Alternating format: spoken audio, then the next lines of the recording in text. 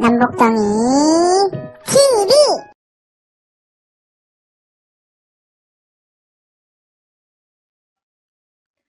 안녕하세요. 2022 역사교실 시간입니다. 오늘은 세계사 속의 한국 역사 9강 고대 삼국시대 백제 편입니다. 지난 8강에서는 고구려에 대해서 공부했죠. 한반도 고대 삼국은 서로 깊은 연결고리를 가지고 있습니다. 오늘 백제에 대해서 공부하면서 서로의 연결고리를 찾아보도록 하겠습니다. 먼저 연표를 보시겠습니다. 기원전 1세기인 18년 백제가 건국됩니다. 기원전 37년에는 고구려가 건국되고 기원전 57년에는 신라가 건국되지요. 기원 후 4세기인 371년 백제 근초고왕은 고구려 평양성을 공격해서 이때 고국원왕이 전사하게 되지요. 384년에는 백제는 불교가 전래됩니다. 따라서 백제는 4세기에 삼국 중 가장 먼저 전성기를 이룹니다. 5세기가 되면 고구려 장수왕이 427년에 수도를 평양으로 천도하죠. 이에 백제와 신라가 433년 나제 동맹을 맺고 대응하게 됩니다. 그럼에도 불구하고 고구려 장수왕은 475년 백제를 침공하여 한성을 점령하지요. 수도를 빼앗긴 백제는 황급히 도읍을 웅진으로 옮기게 됩니다. 이렇게 4세기, 5세기에는 백제와 고구려 간의 치열한 경쟁의 시대였음을 알 수 있지요. 6세기에 들어서 성왕은 백제 부흥을 목표로 538년 도읍을 사비성으로 옮기고 백제 부흥에 힘쓰지만 7세기인 660년 백제는 결국 멸망하고 맙니다. 고대 삼국시대 고구려에 이어 백제에 대해서 지금부터 알아보겠습니다. 먼저 백제의 건국입니다. 삼국사기에 의하면 백제는 기원전 18년에 온조 집단이 고구려에서 남하에 내려와 한강 유역의 위례성에 자리를 잡고 나라를 세운 것으로 나옵니다. 그러니까 삼국 중 가장 먼저 한강을 차지한 셈이지요. 따라서 건국지가 한강이었기 때문에 삼국 중 가장 먼저 전성기를 누리게 됩니다. 이 건국 주체 집단은 부여족 계통의 유민이고 처음에 하북 위례성에 정착해 나라를 세우고 국호를 십제라고 하였습니다. 이후 십제는 미추홀, 지금의 인천이죠. 미추홀의 비륙의 세력과 연맹을 형성하고 초고왕 때 정치의 중심지를 하남 위례성으로 옮기고 국호를 백제로 개칭합니다. 이후 백제의 왕계는 온조계의 부여시로 고정되었죠. 이 사진은 위례성을 재현해 놓은 것인데요. 백제문화단지 홈페이지에서 제공한 것입니다. 위례성은 백제 한성 시기 기원전 18년에서 기원 후 475년 한성 시기의 도읍이지요. 고구려에서 남하한 온조왕이 터전을 잡은 곳으로 미추홀에 자리 잡은 비류의 나라를 통합하고 난 후 백제의 수도로 자리하였습니다. 지리적으로 외적의 침입을 막는 데 유리하고 토지가 비옥하여 백제가 성장하는 데 큰 기반이 되었죠. 위례성 안내도입니다. 온조왕이 하남 위례성에 도읍하였을 때 정무를 보던 왕궁을 재현한 곳입니다. 왕궁 둘레에 해자가 있는 것이 보이고 이 해자의 물이 들고 나는 연못도 보입니다. 중앙의 정청인 안태정과 동쪽의 좌평청, 서쪽의 좌장청으로 이루어져 있습니다. 이곳은 위례성의 정전인 안태전의 정문인데요. 삼국사기에는 새로 궁시를 지었는데 검소하지만 누추하지 않고 화려하지만 사치스럽지 않았다는 기록이 있습니다. 백제의 문화를 통칭하는 거미 불루, 화이 불치이지요. 3세기 중반에 들어서면서 한반도에서는 큰 정치적 변화가 일어납니다. 4대 계루왕의 둘째 아들인 고이왕은 주변 세력들을 아울러 북으로는 예성강에서부터 남으로는 안성, 성화내까지 삼국 중 가장 먼저 한강 유역을 차지하였습니다. 그리고 육좌평을 비롯해 관리 등급을 마련하고 율령을 반포해 중앙집권 체제를 정비함으로써 고대 국가의 기틀을 마련합니다. 3세기 말 4세기 초 중국 서진에서는 팔왕의 난이 일어나 한반도에 남아있었던 낙랑군과 대방군이 고립무원의 상태가 되었습니다. 이에 8대 고이왕의 손자인 분서왕은 낙랑을 공격하다가 오히려 낙랑의 태수가 보낸 자객에게 살해됩니다. 분서왕의 피살을 계기로 초고왕계가 왕위에 오르게 되는데 바로 6대 구수왕의 둘째 아들인 11대 비류왕입니다. 비류왕은 김제의 대규모의 벽골제를 축조하여 농업 기반을 확대하였고 군사력을 강화시켜 정치적 기반을 안정시켰습니다. 이곳은 비류왕이 세운 벽골제입니다. 윗사진은 현재 남아있는 벽골제의 모습이고 아래사진은 그래픽으로 복원한 벽골제의 옛 모습입니다. 4세기는 백제의 전성기라고 하죠. 그 가운데 우뚝 선 인물이 바로 근초고왕입니다. 근초고왕은 비류왕의 정치적 기반 위에 즉위하여 초고왕계의 왕위 계승권을 확립하였죠. 즉위 후 관등제를 일원화시키고 지방에 대한 통제력을 강화하기 위해 행정구역을 나누고 지방관을 파견하는 담노제를 실시하여 중앙집권 체제를 확립하였습니다. 또 박사 고흥으로 하여금 역사서 서기를 편찬하게 하여 왕권을 확립하였고 대외 정복 활동을 전개합니다.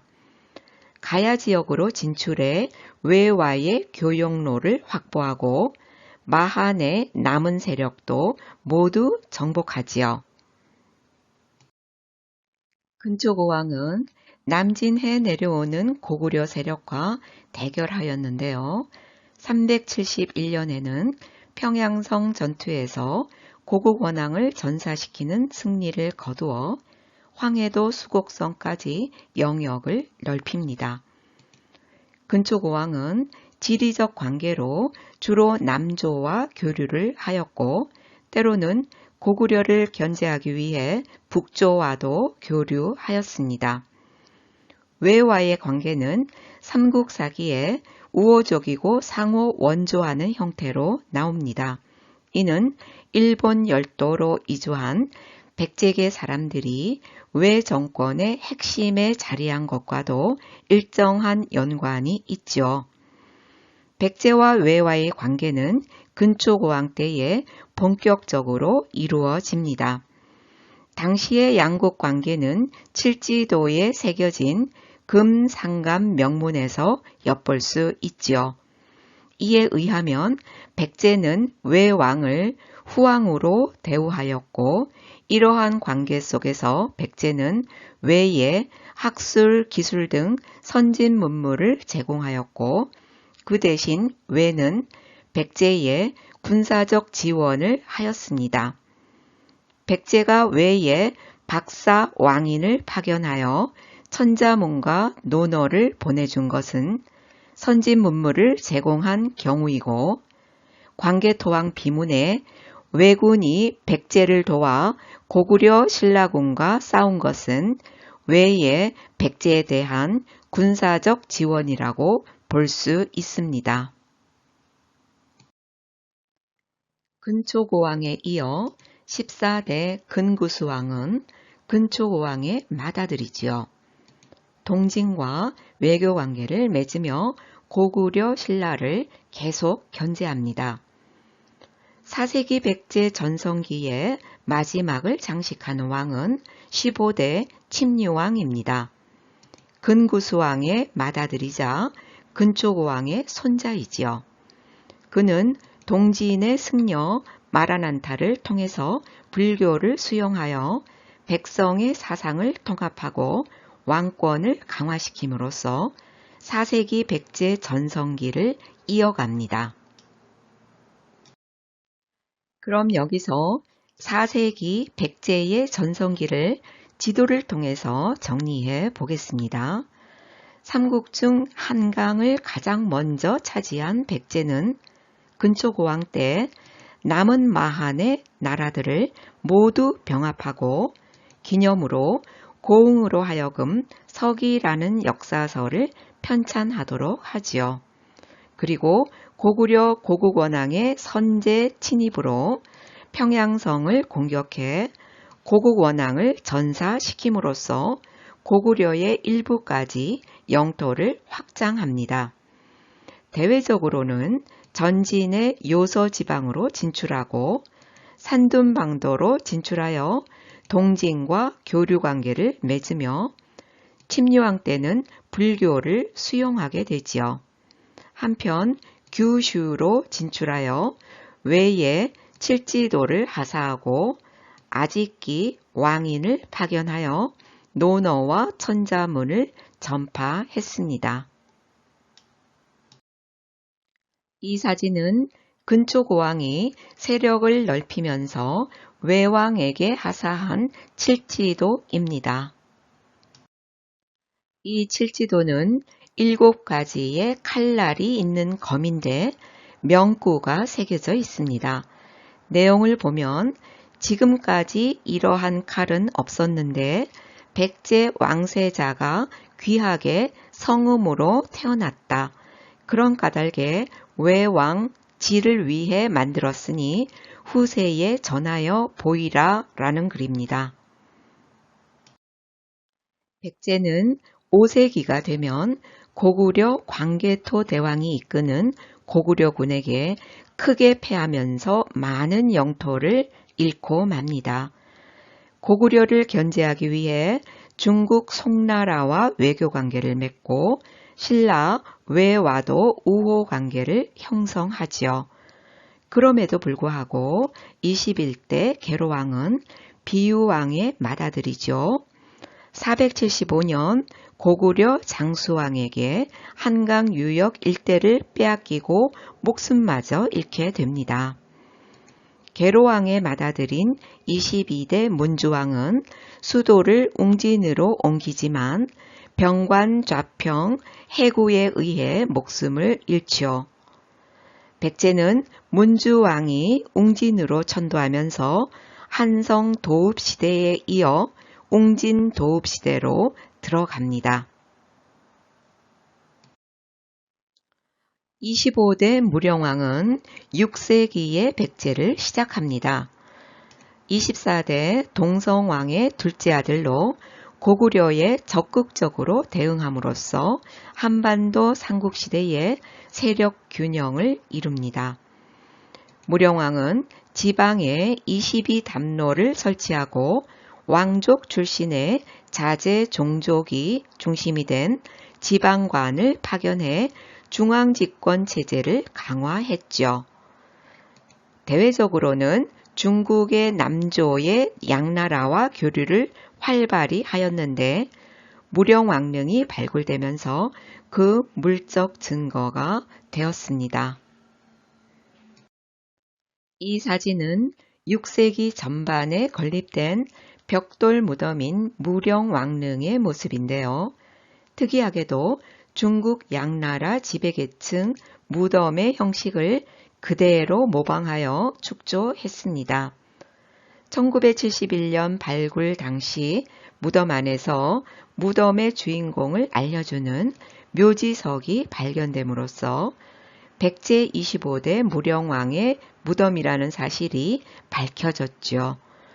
이 무령왕릉은 중국 남조 계통의 무덤 형식과 중국제 도자기, 일본산 금송을 사용한 관제 등의 존재를 통해서 당시 중국, 일본과 활발한 교류를 전개한 백제 사회의 국제성을 엿볼 수 있는 미술사 연구의 귀중한 자료로도 평가되는 고분입니다.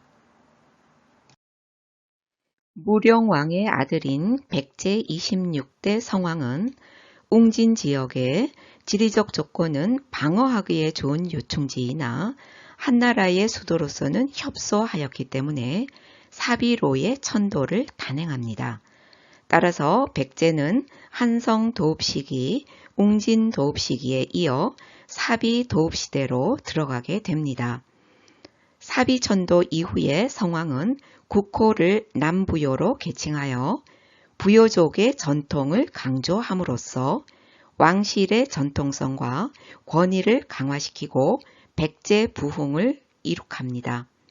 성왕은 고구려의 대내외적 상황이 혼란스러운 틈을 이용해 신라 가야궁과 연합하여 551년 고구려의 공격을 단행하지요.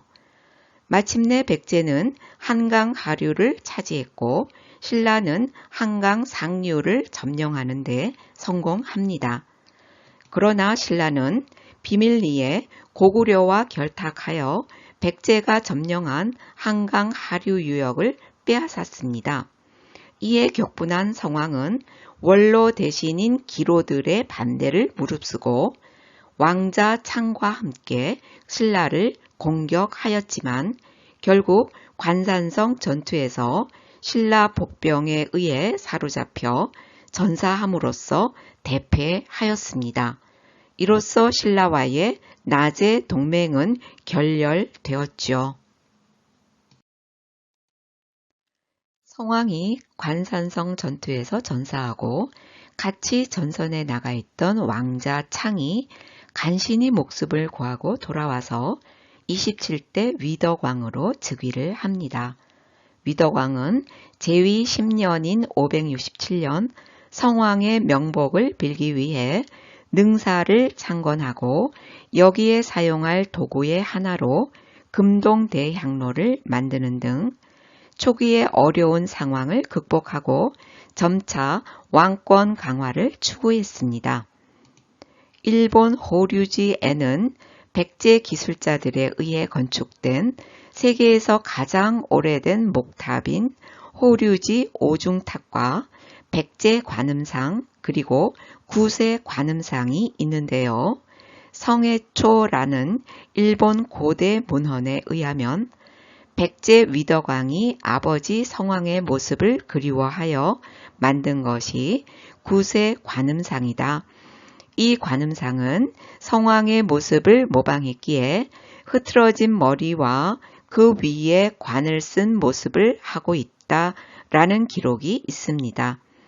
이 호류지는 백제와 외국의 밀접한 교류를 살펴보는 데 중요한 자료이지요. 금동대향로입니다. 위덕왕이 성왕의 명복을 빌기 위해 능사를 창건하고 만든 것이지요. 오른쪽 사진은 발굴 당시의 모습입니다. 이 사진은 위덕왕 때에 일본으로 불교 문화가 많이 전파되는데 백제 기술자들에 의해 건축되었다는 호류사 오중목탑입니다. 오른쪽 탑은 부여 정림사지 5층 석탑이고요. 호류사에는 오중목탑뿐만 아니라 목조 백제 관음상도 있습니다. 백제에서 만들어져 일본으로 운반되어 온 불상으로 일본에서는 매혹의 불상으로 세계인들은 동양의 비너스로 불리우는 매우 아름다운 불상이지요.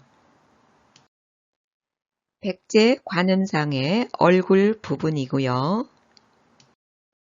이것은 호류사 몽전 안에 모셔져 있는 구세 관음상입니다. 위덕왕의 부왕에 대한 고뇌의 숨결이 남아있는 불상이지요. 구세 관음상은 나무로 조각하고 금박을 입힌 목조 불상인데 얼굴과 표정, 높이까지 180cm로 사람과 동일하게 제작한 등신상입니다. 머리에 쓴 화려한 보관 아래로 긴 머리카락까지 사람과 똑같이 조각되어 있지요. 머리에 쓴 보관이 굉장히 화려하지요.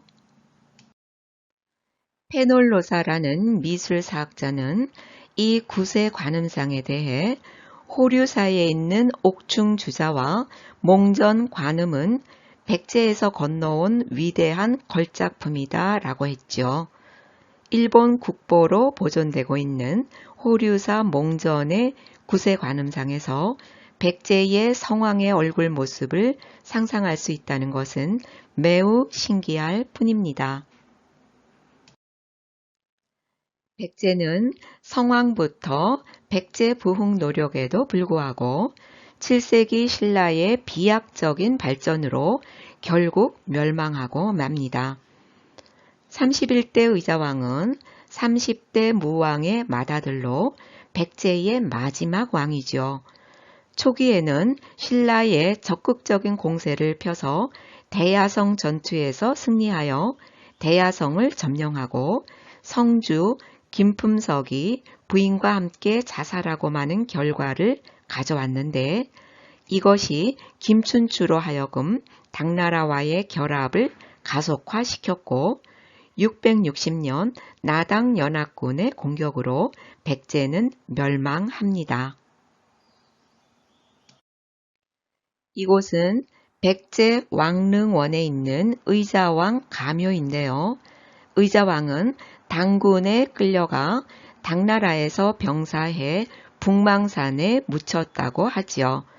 우리 정부는 2007년에 능산리 고분군으로 혼을 옮겨오는 의식을 치르고 이곳에 의자왕의 가묘가 조성된 것입니다. 이것으로서 한반도의 고대 삼국시대에 가장 먼저 전성기를 이룬 백제에 대해서 알아보았습니다. 다음 시간은 10강 고대 삼국시대 신라 편입니다. 오늘 시청해 주셔서 감사합니다.